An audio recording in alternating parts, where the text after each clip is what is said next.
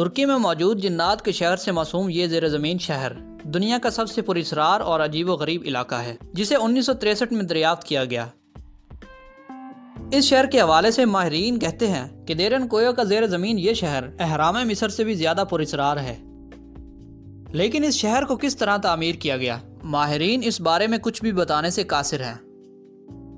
اس پراسرار شہر کی دریافت تب ہوئی جب ایک مقامی شخص اپنے گھر کی تعمیر کے لیے کھدائی کر رہا تھا کہ وہاں سے بہت بڑا پتھر نکل آیا، اور جب اس پتھر کو ہٹایا گیا تو اس کے نیچے ایک سیڑھی بنی ہوئی تھی جو زمین کی گہرائی تک جا رہی تھی۔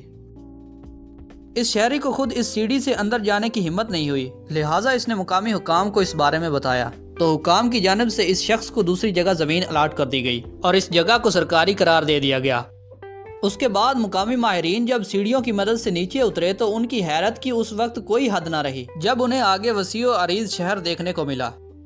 ناظرین، اس شہر کی دریافت کے بعد سے اب تک اس پر تحقیقات جاری ہیں، جس نے سب کو ہلا کر رکھا ہوا ہے۔ دیرن کویو کا زیر زمین شہر ترکی کے جس صوبے میں واقع ہے، اس صوبے میں کبھی ماضی کی اناطولیہ سلطنت واقع تھی۔ ماہرین کے مطابق دیرن کویو ایک حیرت کدہ ہے، اور جدید تحقیق سے یہ معلوم ہوا ہے کہ اس شہر کو 7ویں صدی قبل مسیح میں تعمیر کیا گیا تھا۔ ناظرین، حیرت انگیز طور پر اس شہر میں سطح زمین سے 4 منزل نیچے تک بھی عمارتیں موجود ہیں، جن میں سب سے نچلی منزلیں 50 میٹر گہرائی میں واقع ہیں۔ ناظرین، اس متروکہ شہر میں لائف سٹاک اسٹیبل، عبادت خانے، گودام، مارکیٹیں اور شراب کی فیکٹری بھی تھی، جس سے یہ معلوم ہوتا ہے کہ اس شہر کے باسیوں نے تمام لوازمات کا بھرپور طریقے سے اہتمام کیا ہوا تھا۔ اس کے علاوہ ہر منزل میں چھوٹے چھوٹے عبادت خانوں کے علاوہ ایک مرکزی عبادت گاہ بھی موجود تھی، جو سیڑھیوں سے نیچے جاتے ہوئے دوسری منزل پر بنائی گئی تھی۔ اس شہر کے گلی کوچے، دکانیں اور مکانات سب کے سب زیر زمین ہیں۔ دلچسپ بات یہ ہے کہ اس زیر زمین شہر میں مال مویشیوں اور دوسرے پالتو جانوروں کے لیے بھی الگ الگ جگہ بنائی گئی تھی، جبکہ تازہ ہوا کے لیے گزرنے کا بندوبست بھی کیا گیا تھا۔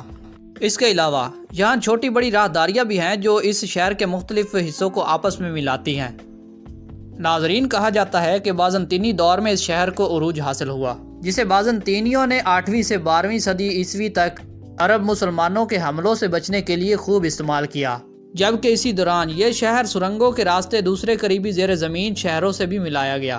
بعد ازاں مقامی عیسائیوں نے منگول حملہ آوروں اور دوسری جنگوں سے بچنے کے لیے اس شہر میں پناہ لی۔ آج سے 50 سال قبل یہ شہر سیاحوں کے لیے کھول دیا گیا، تاہم یہ سوال اب بھی وہی ہے کہ اس شہر کو کس نے اور کیسے تعمیر کیا، کیونکہ اس دور میں نہ تو آج جیسی ٹیکنالوجی تھی اور نہ ایسی مشینیں دریافت ہوئی تھی جو زیر زمین اتنا بڑا شہر بنا سکے۔